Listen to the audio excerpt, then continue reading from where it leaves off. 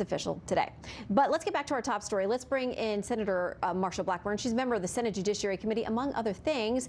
And I imagine she'd have something to say on a couple of our big top stories tonight. Senator, great to have you with us. Good to be with you. Thank you. Okay, so let's get to this judge.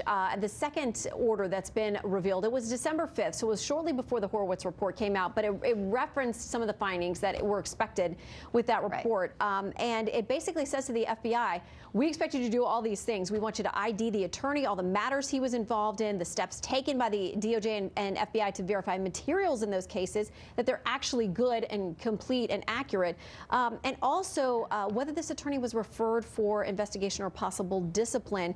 What do you make of this latest, again, a public rebuke of how the FBI handled this surveillance situation?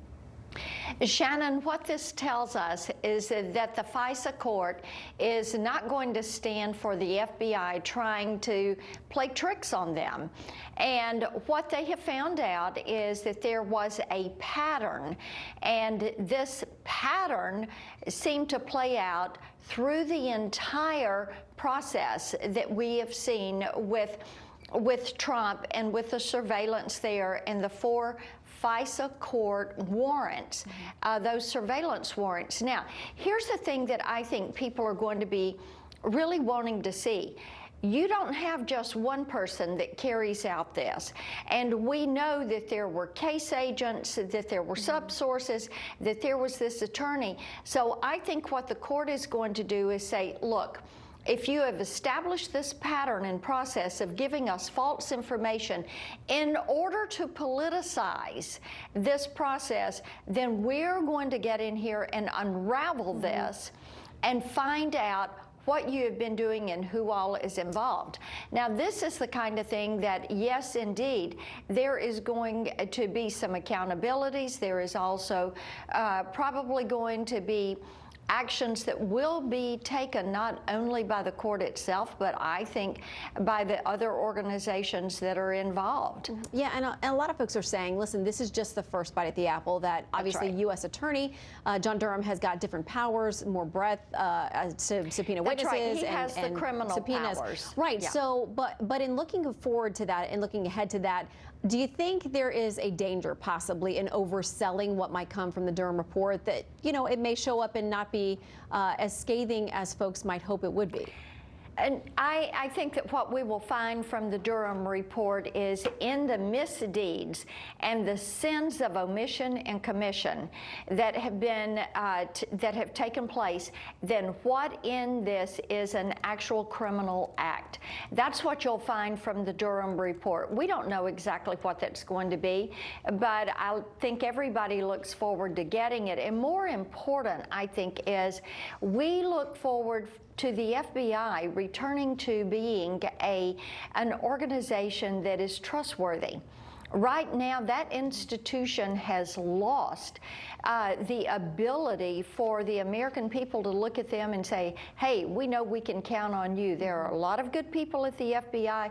We've had some rotten apples beginning to figure out how big this web is that tried to carry out these actions against the president. Should be job number one, and I know that Attorney General Barr is probably hard at work on this. Yeah, and FBI Director Christopher Wray has outlined a number of, numerous, a huge list of things that they say that they're going to work on, and the FISA application process is part of that. That's chief there. I want to ask you quickly about impeachment as well. NBC News, an opinion piece there, says Nancy Pelosi was right about Trump's impeachment and Democrats were wrong. They say this is actually a victory for her, calling it a sweet, sweet victory for Nancy Pelosi, who has been second-guessed and criticized at every step in the process.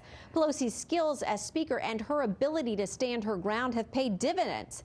And she was right about everything. Now, she's holding on to those articles so they can't go over to the Senate and get started where you're going to be a juror. This is what Senate leader, Majority Leader Mitch McConnell has to say about that. I admit, I'm not sure what leverage there is in refraining from sending us something we do not want. So what's the next move in this chess game, Senator? Well, I'll have to say I agree with President Trump when he said Pelosi's trying to execute a quid pro quo. She has no leverage at all with the Senate. Leader McConnell is exactly right on this. We will wait to see if she sends it to us. If she does not send it to us, then the president, in essence, is the functionality of this is that he is not impeached.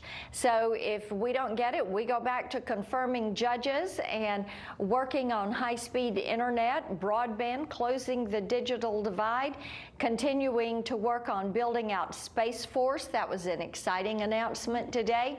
They're working on a transportation bill. We've got a whole list of things that we want to get done, and we've got a full plate. So I think it's interesting to hear some people say they think she wants to hold this and not send it until we get to the general election. So, Senator, let me ask you, though, to clarify, Sure. do you think if she doesn't send the articles over, that amounts to the president not being impeached? You know, the constitutionality of that is something that would be a legal debate. The functionality of it is that he is not impeached. She has to send the articles to us. It is, as you've heard many people say today, similar to a grand jury when they vote to indict and then the paperwork never makes it to the court. Well, we'll see what the plan is for sending it over. In the meantime, Merry Christmas and great to see you, Senator. And Merry Christmas to you. All right, a precedent-setting impeachment unfolds.